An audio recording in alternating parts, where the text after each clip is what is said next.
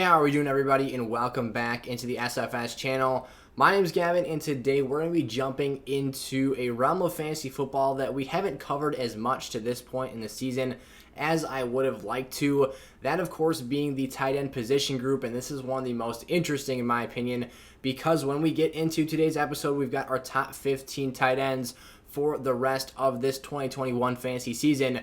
You're going to see the mean and nasty drop-off that happens from the top of this list, and as we make our way down throughout today's video, you're going to see the consistency falls through the floor, and there's really shaky production and expected productivity on a week-to-week basis from these players. So I love talking tight ends because I think that, when we're projecting touchdowns, target shares, and all that good stuff with pass-catching players, this is a position where the numbers get pretty murky, and actually diving in and analyzing some of this stuff can get pretty complex and interesting. So thank you all so much for tuning into today's video. Before we hop in, I just want to take one quick second to talk about one of our partners here on the channel, Thrive Fantasy. If you check them out, actually other side here in the top right hand corner of your screen, they're running a promotion right now. So in their player prop lobby, which is one of my favorite things to play for DFS on a week-to-week basis, they have increased the output that they are giving for the winning props that you make. So right now, a simple 2 for 2 in those prop lobbies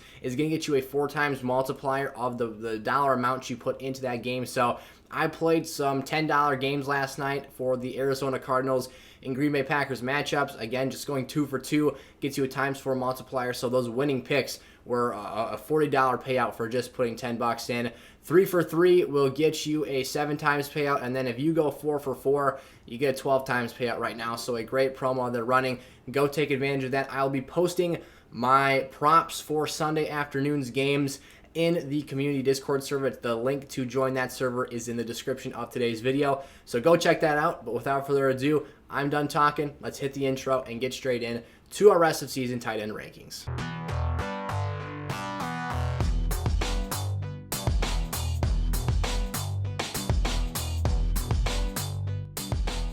Alrighty, here we go, kicking off today's video with our first tight end up on the board, Travis Kelce. I've gotten a lot of questions in the comment section of past videos throughout this week about Travis Kelce because I think that there's some uncertainty here and some concern with the trends of this Kansas City offense over almost the past month or so now. And in particular, we're seeing another tight end option who is pretty much closing the gap, or at least that's what it looks like might be occurring here over the duration of the rest of this season, even looking forward into the 2022 year as to who the top dog tight end might be for that fantasy draft season.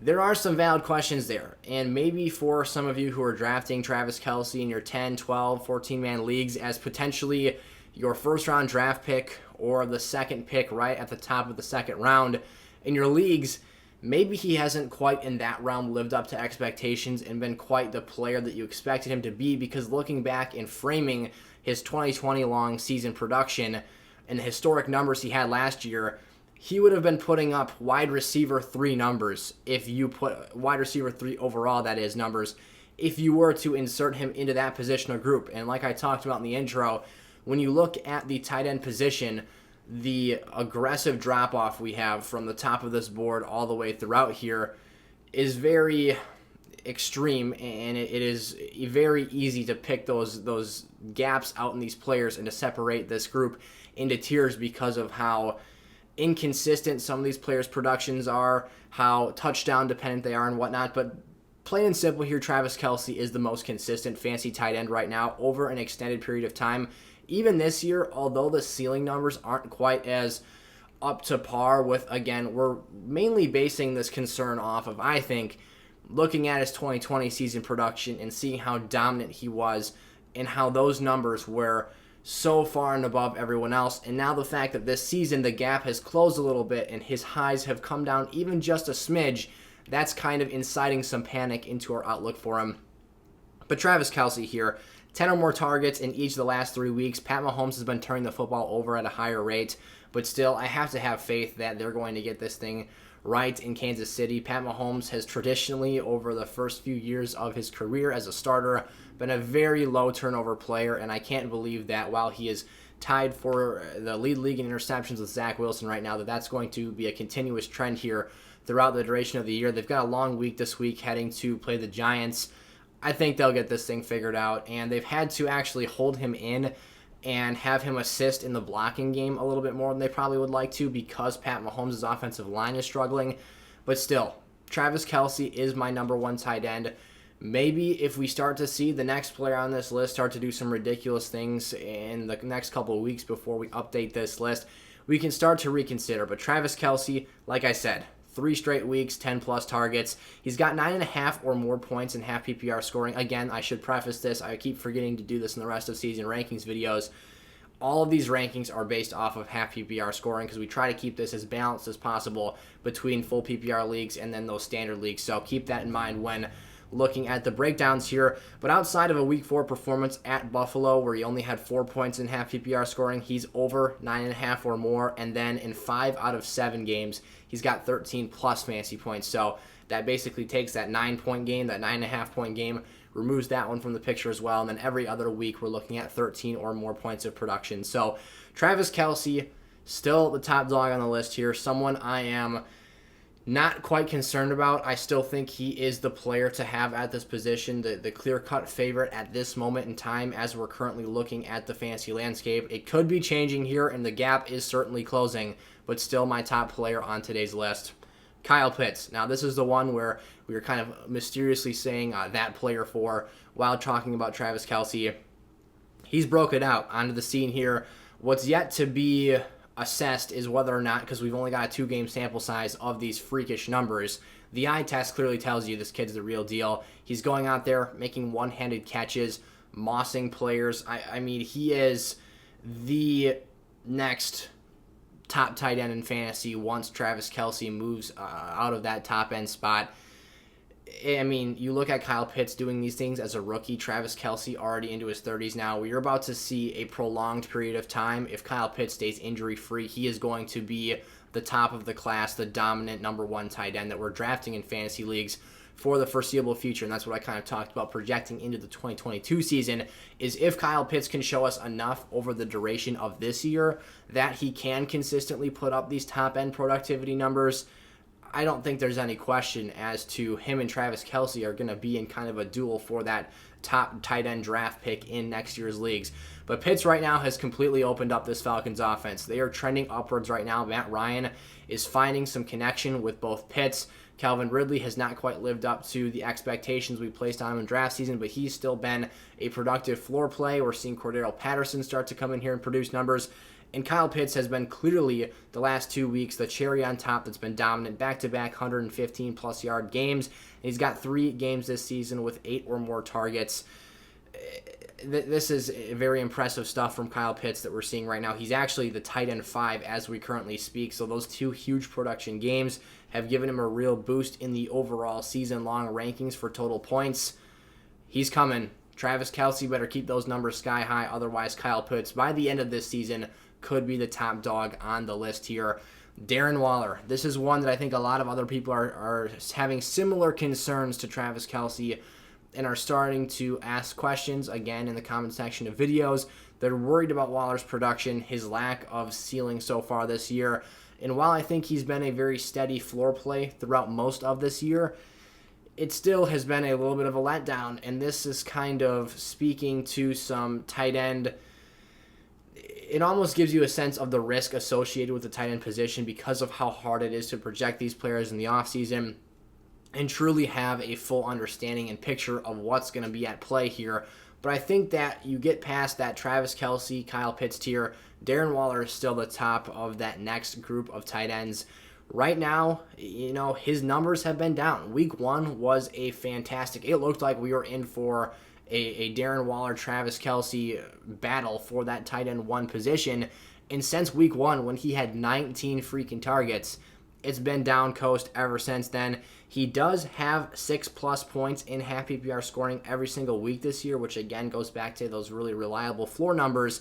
But he's had equivalent to 8 or fewer targets every week outside of that. So you're talking about dropping off 11 targets. Now 19 is a very extreme number to be at, but he's 11 targets or more under that marker every other game this season. So I still see him in this offense as the top dog when he's healthy and out there on the field. Now, he wasn't able to suit up week 7 versus Philadelphia, just coming out of the bye week, or heading into the bye week here now in week 8. So you're going to have back-to-back games with no production from Darren Waller.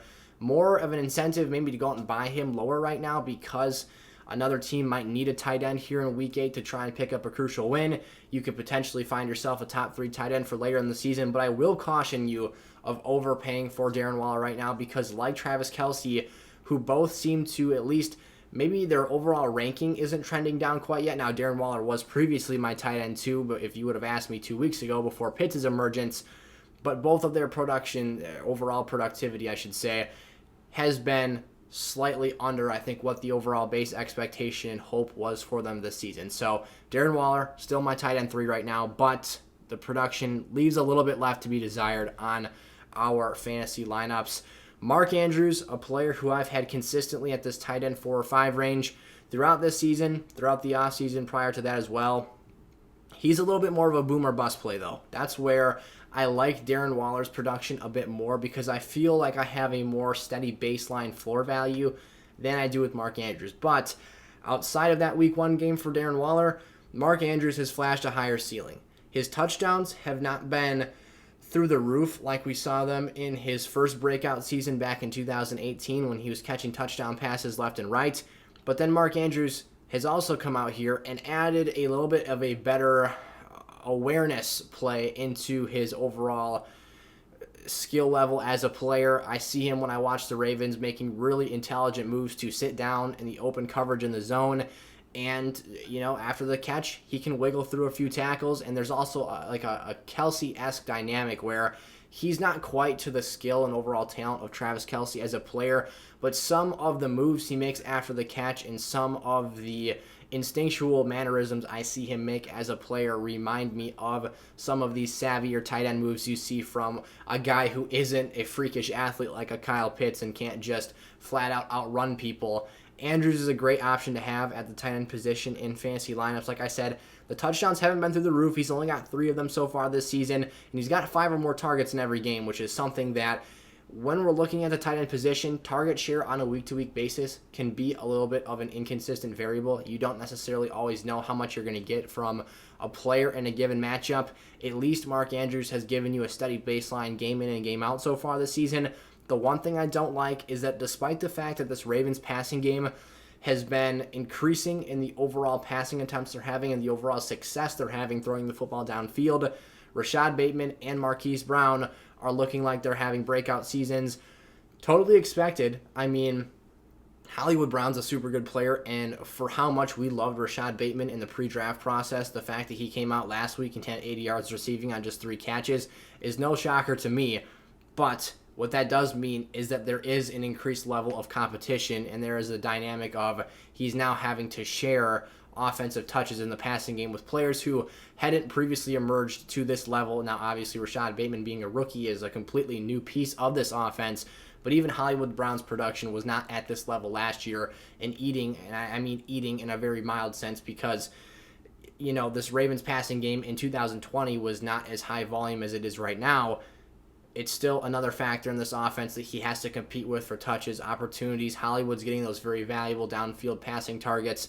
Andrews has to resort a little bit more to underneath work, and especially those ever so valuable red zone targets to get him to those numbers on a week-to-week basis. Mike Gesicki has moved up to my tight end 5 spot for the rest of this fantasy season. This is a player who he's gotten a lot of flack throughout the fantasy community previously in his career. Players have said he's just not good at football, whatever. He's an athlete. He goes up there, Tua trusts him in the red zone, and he just throws a sky-high pass and hopes Mike Gesicki can go up there, jump higher than everyone else, use his vertical stretching ability to come down with the football and make the catch. He's done that so far this season. He absolutely dominated the Jags in Week 6 in that London game. He was wide open, streaming downfield time and time again. Again, his red zone usage is very, very valuable. He's a player who you can almost put in your lineup and say, at the very least, I think the chances are more in favor of the fact that he might score a touchdown than the potential that he doesn't, just because, again, of that frame, just the overall mismatch he presents to linebackers and safeties. This has been a really great draft choice back in August or early September when picking your teams, if you were able to go out and get Mike Gesicki in the later rounds of your draft, because, again, he wasn't a very highly touted player heading into the season, and he is way outperformed his expectations for this year. 6+ targets in 6 out of the 7 games this season.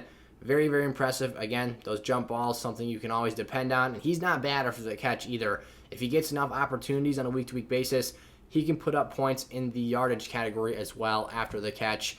TJ Hockenson. Now, this is someone who has also been trending down for me to this point. Now, obviously, we're just heading into week 8 right now of the fantasy year. Hockenson's best 2 games came in week 1 and 2. That's a little bit discouraging because that shows that he peaked early on in the season. Now, clearly, he could still have the opportunity to get back to those numbers and even exceed them later on in the year, but even TJ said it himself. Defenses are game planning for him, and they are keying in on stopping him because they believe that he is the Detroit Lions' most viable passing threat in this offense. And, you can go back and forth, debate him or DeAndre Swift, but I think for the most part he is correct, and that's why his numbers are down. Now, he is banged up and questionable heading into every week because he's got some lingering health concerns. He's suited up. He's been ready to go in these contests, in these performances, but obviously that productivity has not quite been up to the par. And again, I think a lot of that goes back to game planning, and teams are focused in and dialed up to make sure that they can stop him. That brings his ceiling down, and that's not something we love to see, obviously, because you'd like to see better point production and output from him on a week-to-week basis. Let's hope going forward he can get back to those week 1 and 2 numbers. He's finding the end zone, producing yardage after the catch, and being a key player for Jared Goff in this Detroit Lions passing game. But for what we've seen in the recent past, the last month of the season here, his numbers are down, his ceiling is lower, and even his floor hasn't been all that dependable on a week-to-week basis. George Kittle at the number 7 spot. This one's simple. He just can't stay healthy. Now, he is expected by Kyle Shanahan to be back in this offense ready to go by week 9, but even in the first month-long sample size of this season that we've got, the numbers have not been all that fantastic. He's only averaging 7.6 fantasy points per game during that period of time. This 49ers offense really needs him, and it's clear to the eye test that they need to get him more involved when he's out there on the field because of how dominant he can be after the catch. But this team, in terms of execution, has struggled to get other players outside of Deebo Samuel involved. Even when Brandon Ayuk and George Kittle were healthy and on the field this season, they weren't really able to all coexist and put up their numbers together as a cohesive unit. It has been the Deebo Samuel show and a little bit of run game sprinkled in here and there to get the 49ers their yards on a week-to-week basis. Something's got to change, a dynamic in the game plan or something. I don't know what that answer is, but George Kittle needs to be throwing the football his way more on a week-to-week basis. That hasn't been the case in the week or the month of season long that we've seen him in the lineup, and obviously injuries have factored in a little bit here and caused him to not be available for our teams. It's been a frustrating pick this year. That's why SFS stayed away from him and doesn't own any shares of George Kittle in paid leagues this year. Dalton Schultz at the number 8 spot. This has been another one, a surprising breakout, someone who's been a really nice emergence onto the fantasy radar. Him and Dak Prescott clearly have a connection together. They've put up reliable and dependable points throughout most of this fantasy season.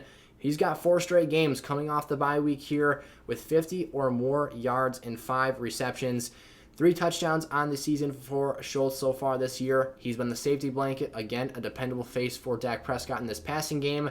If he continues to be involved in this fashion, he's almost a weekly must-start player because, again, we've got such limited options at this position. Dallas Goedert, someone who hasn't quite produced as nice of numbers this season as I think we hoped for him. He was one of the tight ends we were drafting a little bit earlier than others. Right after that TJ Hockenson and Mark Andrews tier, you were seeing the Noah Fants and the Dallas Goederts of the world coming off the draft board. Now, he has had a very nice fantasy ceiling. He's got 3 games of 10 or more fantasy points scored. But now that Zach Ertz has been traded to Arizona, he had a very nice opening game for the Cardinals and was tied with A.J. Green in that matchup against Houston for the team lead in receiving yards. Dallas Goedert is now the clear-cut number 1 tight end in this Eagles offense, and that's a very valuable role to have because we know the Eagles place such a high emphasis on getting that tight end the football and utilizing them in their offensive passing attack. So if Goedert can stay healthy here, he's had some injury issues and was placed on the COVID list already this season. He can be available for us to be ready to go for games.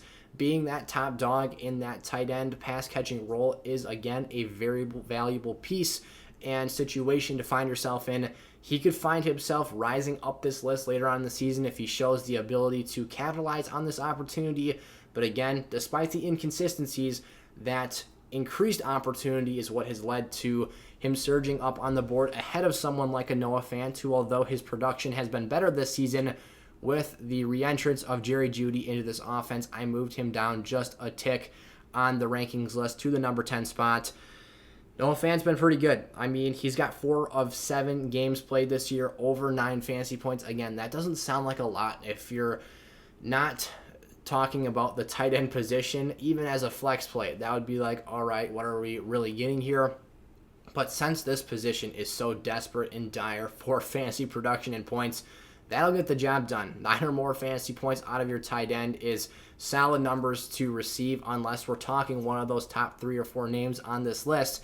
But again, this isn't a super high volume passing offense. The ceiling for this Broncos passing game with Teddy Bridgewater under center isn't crazy high. So if I can get just a tick under that level of production, I'm still confident enough in most league sizes to start Noah Fant in my lineup on a week-to-week basis. But when you've got Courtland Sutton, when you've got Jerry Jeudy, Tim Patrick's in there getting his numbers every once in a while as well, you've got the running backs catching passes out of the backfield, there's only so many targets that can go around here. So unquestionably, a player of Jerry Jeudy's caliber returning into this offense will shake up the target distribution just a little bit, and I think that overall that's going to mean maybe 1 to 2 fewer targets per game headed Noah Fant's direction. Hunter Henry, this has been one where he doesn't score a touchdown. We're talking about a bust performance, but the guy does have 4 straight weeks of scoring a touchdown, so we at least had to give him respect for that. He's only got 14 targets the last 4 weeks, so not a super high number to be at. And now we're really starting to talk about tight ends that have very situationally dependent productivity, and this is kind of the name of the game for the tight end spot because they are so frequently used in the red zone. Again, 4 touchdowns in the last 4 weeks. He's a red zone weapon. It's as plain and simple as that. He's been catching touchdown passes lately. That seems like it's going to be an active role in his situation with the Pats the rest of this year. If he keeps up the production, he'll stay on the list. If that TD number falls off a cliff, you probably won't see him next time around on the list. Dawson Knox will absolutely be higher on the list once he returns from that hand injury.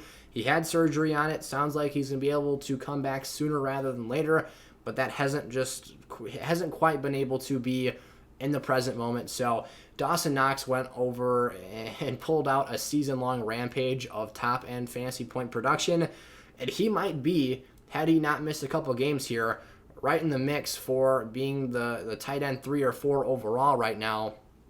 If he had not gotten hurt, Dawson Knox through weeks 2 through 5 had a great stretch of games, and you're talking about an offense where you can't really put much emphasis on covering Dawson Knox because you've got a 3-headed trio at the wide receiver position with Stephon Diggs, Emmanuel Sanders, and Cole Beasley, that there's only so much bodies you're able to throw in the direction of these playmakers from the defensive side of the ball. And Dawson Knox he tends to be the guy that gets left behind and gets the least amount of attention his direction. He's catching passes downfield, he's scoring touchdowns, he's winning jump balls, and you've got Josh Allen as your quarterback. Obviously, good things are going to come from that, and he's going to put up productive numbers. So, again, Dawson Knox moves up this list. Hopefully, he can pick up where he left off because he was a great waiver wire find and stash for teams this year who were able to pick him up. Hopefully, you were able to hang on to him, had some sort of an IR function in your leagues so you can move him down to that spot on your team's bench.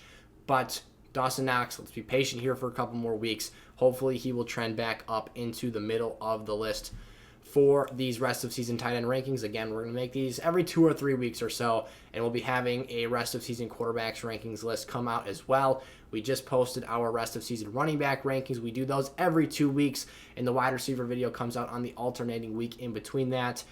That just came out yesterday, so go check that out if you haven't done so already. Rob Gronkowski, another player who has suffered from the injury bug here. If Gronk is healthy, he's got some of the best chemistry in the league with Tom Brady. This is a rare situation. You don't see this, but they've played so long together, been such integral parts of one another's careers. In TB12, his favorite target inside the 20-yard line is Rob Gronkowski to find for those signature touchdown catches. Gronk had 4 TDs in the first 2 weeks of the year. Monster numbers. That's inflated touchdown production, not something you're going to expect from him on a game-per-game basis. But again, when he's healthy and available, and he has been practicing this week, he'll move up on the list. If he shows that he's healthy, looks back to himself, and produces here in Week 8, we'll have some increased confidence in him moving forward, and you'll see that reflected again in a future episode. Zach Ertz at the number 14 spot. Only have a couple game sample size here, so I think it would be unfair to over-adjust to the production from the first 2 weeks and place too much of an emphasis on his role here with the Cardinals offense. He has looked good. He has been a productive piece throughout his career, obviously. Now, in Philly, the last couple of years, the numbers have been very down, but he shows and looks like he's still got talent, still got juice left in the tank. And again, you go back to that Dawson Knox situation where I talked about so many targets spread around on the field, you only have so much attention to divert to each player. Zach Ertz might even have a more loaded offense with D-Hop, Christian Kirk, Rondale Moore, A.J. Green, the 2 running backs, Connor and Edmonds out of the backfield. There are so many offensive pieces here in Arizona. Zach Ertz tends to be the guy left behind, and if that continues to be the trend, he stays healthy here, continues to show flashes of a productive player, Zach Ertz is another player who could be a nice piece moving up on the board and could potentially find himself as a weekly tight end start here the rest of the season. And then finally, Tyler Higbee here. Tyler Higbee is someone who I think on paper should be projected for higher fantasy success, but the numbers haven't quite been there on that consistent basis, that consistent level that we like to see them for him to actually be here. He does have a decent floor, and he has 5 points in 5 straight games. 5 or more points, I should say, because he hasn't hit 5 exactly. Obviously, he's going above that marker here and there. That's a nice floor. That's a nice consistent value to be at, but at the end of the day, 5 points is also not really that much, and you still want to try and find other avenues to increase that point output and that potential in your fantasy lineups on a week-to-week basis. This is an offense that gives you frequent chances to punch the ball in the end zone for 6 points. When you get down in that territory, Matt Stafford will find Tyler Higbee every once in a while. He is clearly like the 3rd or 4th option because we're talking Cooper Kupp. Definitely is the top dog in all phases of this offense right now. Darrell Henderson, the run game, clearly another factor. Robert Woods, I would say definitely still, despite the fact that his numbers are a bit down this year, is a player that Stafford would look to with the football prior to looking Higbee's direction, unless the play is called up for the tight end position. But overall here, Tyler Higbee in some cases is a startable player depending on matchup on a week-to-week basis, just not a weekly must-start and someone that you can feel uber confident in every single week here. So there you have it. Those are our top 15 tight ends for the rest of the season. Alrighty, you guys, let me know your thoughts down in the comment section below. Who you move up on this list, who you would move down. I'm curious to hear who is your tight end in your fantasy leagues. And if you've got any questions for me this week, drop those in the comment section below, and I'll try to get to as many of you as possible in the next 24-hour period before we post our next episode or move on to Week 9 fantasy action. So thank you all so much for tuning in. One more time, go check out Thrive Fantasy, the top right-hand corner of the screen, and they've got those increased player prop outputs for the total amount of cash you can win this week. They're doing that for just Week 8 here, so go take advantage of that. Try and win some increased earnings here in those games. And again, in the community Discord, I will be posting the props that I am making on a week-to-week basis, so you can either do the same as me, or you can put your own spin on things if you disagree with the takes I've got. So thank you all so much for watching again. I appreciate each and every single one of you. I'll see you guys next time. Peace out.